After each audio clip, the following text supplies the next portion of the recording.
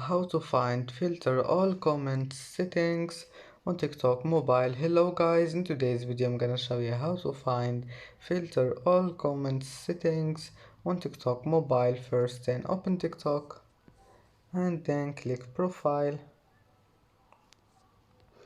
and now click the story lines in the top corner and then click settings and privacy and click privacy and scroll down until you find comments, and here you will find filter all comments, and you can turn it on or off just by one click, and that's it. It's easy.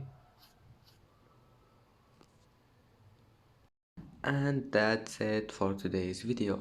If you like this video, don't forget like and subscribe, and thank you for watching this video until the end, and see you in the next video.